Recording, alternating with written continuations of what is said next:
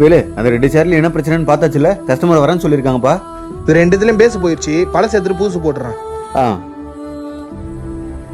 மாப்பிள, இப்ப கலட்டின 2 பேசும் வேஸ்ட் தானே. மதியானமா நம்ம 2 பேரும் எட்டு போய் கைலாங்கல போட்டு காசு வாங்கிப்போமா? சரிடா. சாப்பிட்ற டைம் ஆயிடுச்சு. இப்ப 2 பேரும் போயிட்டு வேண்டியதான். இவனுங்க ஆளை காணும். என்னை விட்டு தனியா போயிட்டானா? இருக்கட்டும், வச்சுக்கிறேன். டே காசி, எங்கடா வேலை காணும்? ரொம்ப நேரமா கடையில் ஆளையே காணும். அவனை மாட்டி விட்டுற வேண்டியதான்.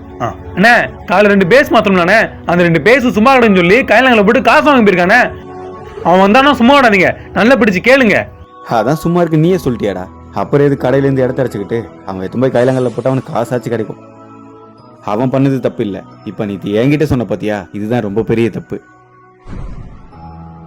இப்போ நீ இதை என்கிட்ட சொன்னதுக்கு காரணம் நீ எனக்கு நேர்மையா இருக்கேன்றதுக்காகவா, இல்லை அவனுக்கு அதில் பங்கு தரலன்றதுக்காகவா?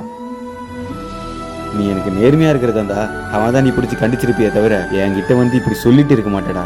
இது தப்பு, மாத்திக்கோ.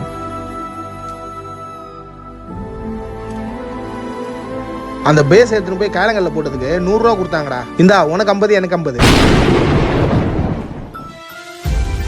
நம்ம 2 பேருமே கடையில் இல்லைன்னா ஓனர் திட்டுவாங்களே, அதான் நான் மட்டும் கடைக்கு போயிட்டு வந்தேன்.